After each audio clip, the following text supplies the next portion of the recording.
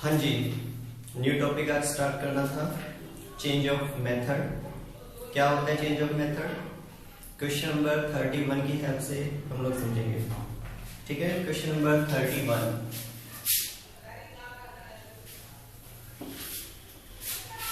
Question में लिखा है a limited company purchased on 1st of January 2010 a second hand plant and machine for ₹36,000। First machine यहाँ पे हमने परचेज किया है 1st of January 2010 36,000 और साथ में इसमें कुछ एक्सपेंस भी गिवन है। Spend 24,000 on it's overhauling. 24,000 की ओवरहॉलिंग है, टोटल मिला के हो जाती है ये फिगर 60,000। ये हमारी फर्स्ट मशीन हो गई है। आगे लिखा है on 1st of July 2010 1st of July 2010 again purchase की एंट्री है और इस बार हमने एडिशनल प्लांट परचेज किया है ₹30,000। ये हमारी सेकंड प्लांट की एंट्री हो गई। फिर लिखा है इसमें on 1st of July 2012 1st of July 2012 sold की एंट्री है और the plant purchased on 1st of January 2010 having become obsolete is sold for ₹12,000। 12,000 रुपए में हमने फर्स्ट प्लांट को बेच दिया। And on the same date fresh plant is purchased। Same date 2012 हमने एक न्यू प्लांट परचेज कर लिया है जिसकी कॉस्ट है 72,000 जो हमारे क्वेश्चन में थर्ड प्लांट है। Depreciation is provided at the rate of 10% per annum on original cost on 31st of December every year। हमें डेप्शन जो प्रोवाइड करना है at the rate of 10% provide करना है। स्ट्रेट लाइन मेथड लगाना है, ऑन December 31st होनी चाहिए और मेंटेन करने हैं account up to 2030। It means इस क्वेश्चन में हमें 4 इयर्स की अकाउंटिंग करनी है। आगे इसमें एक चीज और लिखी है इन 2013 the company changes the method of providing deduction and adopt the method of writing of 15% per annum on diminishing balance method। 2013 में 2010 में हमने 10% SLM लगाया बट 2013 में 15% डिमिनिशिंग बैलेंस मेथड पे आने के लिए कहा गया है। ठीक है, तो कैसे इसे इंप्लीमेंट करेंगे देखते जरा। इसको हम बनाएंगे अपना प्लांट एंड मशीनरी अकाउंट।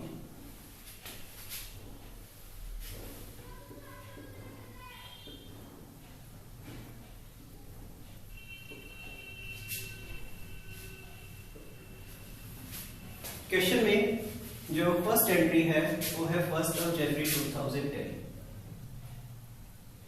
यहां लिख दीजिए कैश और bank account. First machine for ₹60,000। इस साल जुलाई में एक और एंट्री है तो एक बार फिर एंट्री करते हैं to bank account second machine for ₹30,000।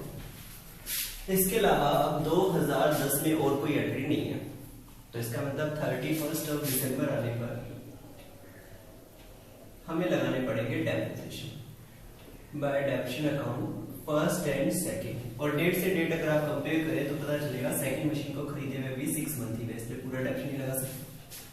डेप्शन की कैलकुलेशन यहाँ पे कर लेते हैं। डेप्शन on first, डेप्शन on second and depreciation on third. Straight line method है इसलिए एक ही जैसा डेप्शन हर साल लगेगा। 60,000 multiply by 10% comes to ₹6,000 per annum। Second plant is of 30,000, 10% हम कैलकुलेट करेंगे it will come to ₹3,000 per annum। Third plant अभी परचेज नहीं किया लेकिन कभी तो करेंगे तो 10% डेप्शन जब हम कैलकुलेट करेंगे उस समय होगा ₹7,200 per annum। राइट नाउ हमारे पास फर्स्ट और 2 प्लांट है इसलिए 2 डेप्शन लगेंगे। फर्स्ट पे पूरे साल का 6,000 बट सेकंड पे डेप्शन हाफ लगेगा 6 मंथ का 1,500। टोटल डेप्शन होगा हमारा 7,500 and then balance c first and second. Total is 90,000। First machine 60,000 था, 60,000 में से 6,000 माइनस अगर हम कर दे तो फिगर हमारे पास आ जाएगी 54,000। सेकंड 30,000 का था, 1500 माइनस करेंगे आएगा 28,500। Total is 82,500। जो यहाँ पे बैलेंस CD है वो नेक्स्ट ईयर 1 जनवरी 2011 में आगे बढ़ जाएगा हमारा balance BD। First and second 54,000 and 28,500 comes to rupees 82,500। Now 2011 के बारे में यहाँ पे कोई इंडिकेशन, कोई इंफॉर्मेशन नहीं है। इट मींस 2011 में हमें कुछ नहीं करना, सिर्फ डेप्रिसिएशन चार्ज करना होगा। 31st of December 2011 by depreciation account first and second. First का डेप्शन वही 6,000 एवरी ईयर वाला, और सेकंड पे कंप्लीट ईयर होगा इसलिए इस बार इस पे 3,000 पूरा डेप्शन लगेगा। टोटल डेप्शन हो गया 9,000 बाय बैलेंस शीट। ये सब कुछ जो हमने किया अभी तक वो सब ऑलरेडी हम जानते हैं। 82,500 54,000 में से 6,000 माइनस करें, बैलेंस बचेगा 48,000 एंड 28,500 में से 3,000 माइनस करें, बचेगा 25,500। Total comes to 73,500। Now third year 1 January 2012 to balance BD first and second 48,000 25,500 comes to 73,500। अब इस साल जुलाई में हमने अपने फर्स्ट प्लान को सॉर्ट आउट कर दिया। पहले हम फर्स्ट प्लान को सॉर्ट आउट करते हैं, उस समय में 3 कैलकुलेशन करनी पड़ती है। कोई भी प्लान बेचेंगे 3 कैलकुलेशन होगी। नंबर 1 डेप्रिसिएशन, नंबर 2 कितना में रिसीव हुआ कैश, नंबर 3 प्रॉफिट हुआ या लॉस हुआ। तो सबसे पहले 1 जुलाई 2012 यहाँ पे लिखेंगे डेप्शन फर्स्ट मशीन, और फर्स्ट मशीन की जो डेट आई है उस पर कंप्लीट ईयर नहीं हो पाया इसलिए डेप्शन भी पूरा नहीं लग सकेगा, ओनली 6 मंथ। ये है इसका फुल ईयर डेप्शन 6,000। तो हाफ ईयर का कितना हो जाएगा 3,000। देन सेकंड स्टेप डेप्शन लग गया। देन सेकंड स्टेप कितना रिसीव हुआ 12,000 बाय कैश अकाउंट और bank account ₹12,000। Last step profit हुआ या लॉस हुआ, इसके लिए छोटी सी कैलकुलेशन करते हैं। Profit loss on sale. सबसे पहले में इसका बैलेंस पता लगाना है कि इसका करंट बैलेंस कितना है। तो ये जो फर्स्ट मशीन आपने बेची है ओरिजिनल वैल्यू तो 60,000 थी, बट डेप्शन लगते लगते फिर ये हुई 54,000 और करंट ईयर में हो गई है 48,000। 48,000 भी नहीं, तुम उसके बाद 3,000 डेप्शन और लगा चुके हो, तो इसका बैलेंस जो आएगा वो आएगा ₹45,000। नेक्स्ट कितने में सेल किया, सेल प्राइस आपका 12,000। तो इसका मतलब आपने 33,000 कम प्राइस में बेचा, तो इट मींस ये हो गया लॉस ऑन सेल। डेप्शन और कैश लिख चुके हैं, लास्ट स्टेप हम लिख देते हैं loss on sale by loss on sale of machine ₹33,000। इसके साथ ही फर्स्ट प्लांट की अकाउंटिंग यहाँ पे स्टॉप हो जाएगी। हम कभी भी फर्स्ट मशीन की कोई बात नहीं करेंगे, ना उसका डेप्शन निकालेंगे ना उसका बैलेंस। बट सेम डे हमने यहाँ पे एक न्यू प्लांट परचेज कर लिया है, to bank account. Third plant for ₹72,000 and 31st of December 2012 जब आएगा डेप्शन यहाँ पे लगेगा। सेकंड एंड थर्ड, फर्स्ट पे डेप्शन नहीं लगेगा क्योंकि उसे सॉर्ट आउट कर दिया। अच्छा, जो सेकंड है वो तो हमारे पास शुरू से है, लेकिन जो थर्ड है वो जुलाई से आया, इसलिए इसे डेप्शन जो लगाएंगे वो ओनली 6 मंथ का चार्ज करेंगे। फर्स्ट का डेप्शन हमारा 3,000 1 ईयर था, बट सेकंड का डेप्शन ये चार्ज नहीं कर सकेंगे क्योंकि कंप्लीट ईयर का और हमें हाफ ईयर का डेप्शन लगाना है 6,600 and then balance c second and third. First का बैलेंस ये निकलेगा वो सॉर्ट आउट है। 25,500 में से 3,000 माइनस किया 22,500 और 7,200 में से 3,600 माइनस किया 68,400। टोटल ये जो बैलेंस हमारा आ जाएगा वो आ जाएगा 90,900 और 1,45,500, 1,45,500। ये है हमारा last year. To balance BD second and third 22,500 and 68,400, ये हो गया 90,900। अब 31 दिसंबर 2013 जब आएगा, हमें लगाने हैं यहाँ पे depreciation second and third, but इस साल इसमें थोड़ा चेंज है।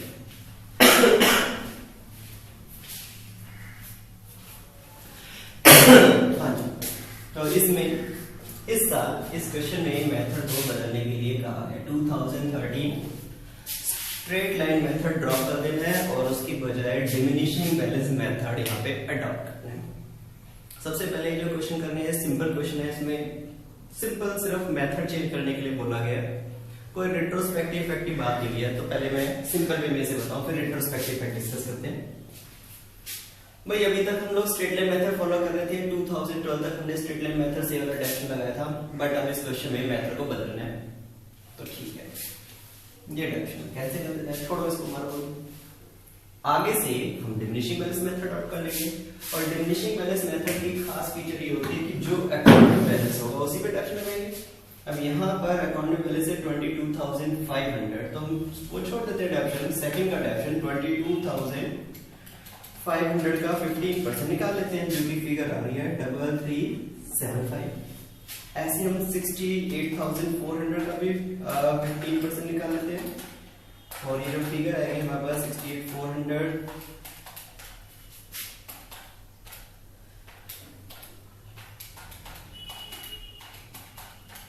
ये आएगी 10,260।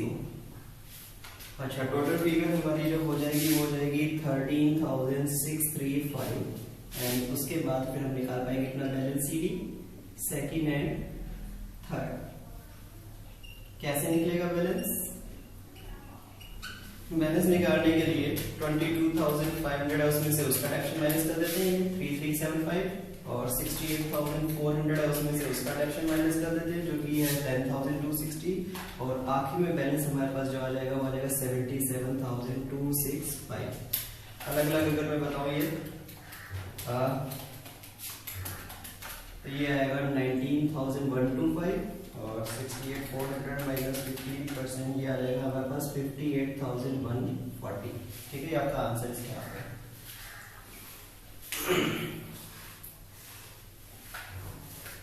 अच्छा, ये तो हमारा एक मेथड हो गया, बिल्कुल सिंपल, बट अब कुछ इसके अंदर जो कंसेप्ट जो कि है वो क्या क्या है जरा समझिए।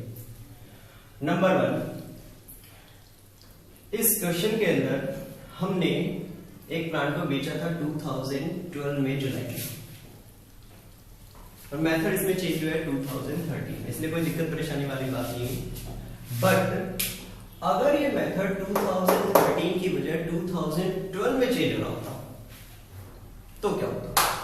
तो ये जो डेप्रिसिएशन चार्ज है यहाँ पर, वहां पर ओल्ड मेथड फॉलो करते या न्यू मेथड, क्योंकि 2012 के अंदर, अब यहाँ पे 2013 की बजाय 2012 हो जाएगा अगर, तो 2012 में ये जो डायरेक्शन है न्यू होना चाहिए या ओल्ड होना चाहिए? इसका जवाब है ओल्ड मेथड। ओल्ड मेथड जो है समझना, नंबर 1, ये जो डेट हमारी है जुलाई, ये डेप्रिसिएशन चार्ज करने की कोई यूजुअल डेट नहीं है। हम इस दिन डेप्रिसिएशन नहीं कैलकुलेट करते थे। हमारे डेप्रिसिएशन का सही समय है जब दिसंबर है। उससे पहले हम ओल्ड मेथड इन प्रैक्टिस ही अपनी तरफ से ज्यूम करेंगे। भले ही हमने इसके बारे में पहले से डिसीजन ले लिया हो कि मेथड पहले मतलब इस साल बदलना है, बट जिस डेट को उसका इम्प्लीमेंटेशन होता है उसी दिन उसका इफेक्ट लेंगे। जैसे आपके डीजल के पेट्रोल के प्राइस इंक्रीज होने होते हैं, गवर्नमेंट आपको पहले बता देती है हाँ जी भाई आज रात 12 बजे से प्राइस इंक्रीज हो गया। अगर आप 11 बजे पेट्रोल भराने जाएंगे तो आपको उसका कितना चार्ज देना पड़ेगा? नए रेट से देना पड़ेगा, ओल्ड रेट से देना पड़ेगा? ओल्ड रेट से। हमें भले ही पता है कि चेंज होने प्राइस, बट उसकी एक स्पेसिफाइड डेट है, एक टाइम है, उसके बाद वो मेथड, उसके बाद जो प्राइस है वो चेंज होगा। तो हमारी जो यूजुअल डेट उस डेप्रिसिएशन की होती है the end of the year. तो जब तक क्वेश्चन में कंप्लीटली क्लियरली ये ना लिखो कि with effect from beginning of the year, हम अपना डेप्शन तभी न्यू मेथड फॉलो करेंगे जब उसकी यूजुअल डेट आएगी।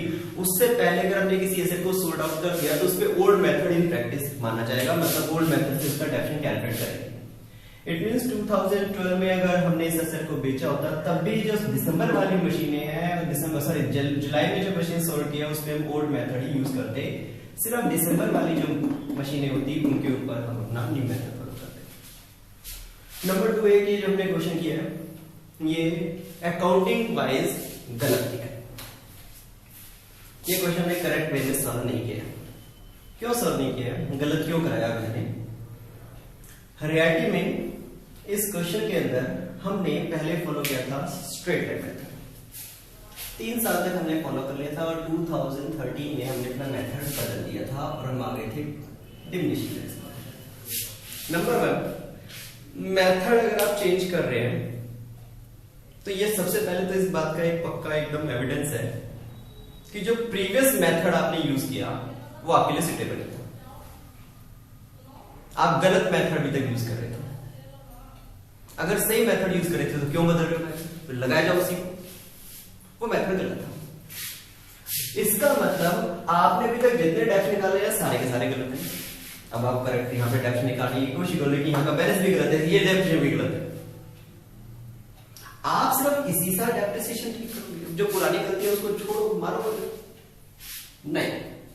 अगर आप मेथड चेंज कर रहे हैं तो सिर्फ इस साल की डेप्रिसिएशन बदलने से बात नहीं बनेगी, आपको ये method at the beginning of the period adopt करना पड़ेगा। मींस आपने जो डेप्शन लगाए हैं ये सारे गलत हैं। आपको सिर्फ इसी साल के डेप्शन की कैलकुलेशन ठीक नहीं करनी है, बल्कि क्वेश्चन दोबारा से रिकम्प्यूट करना पड़ेगा at the beginning of the purchase, और इस चीज को बोलते हैं रिट्रोस्पेक्टिव इफेक्ट। तो नेक्स्ट क्वेश्चन जो करेंगे उसमें भी इस चीज को देखेंगे कि हम अपना क्वेश्चन बिगिनिंग से ठीक करें। ये सिर्फ एक बेसिक क्वेश्चन था, आपको सिर्फ सबसे पहले समझ में आ जाए कि क्या डेप्शन चेंज होता है, तो इसलिए मैंने एक ऐसा क्वेश्चन कराया है। नेक्स्ट क्वेश्चन में हम रिट्रोस्पेक्टिव इफेक्ट करेंगे जो कि as per the accounting standard. ठीक है, तो आप ये क्वेश्चन नोट करें, हम बाकी अभी थोड़ी देर में करते हैं।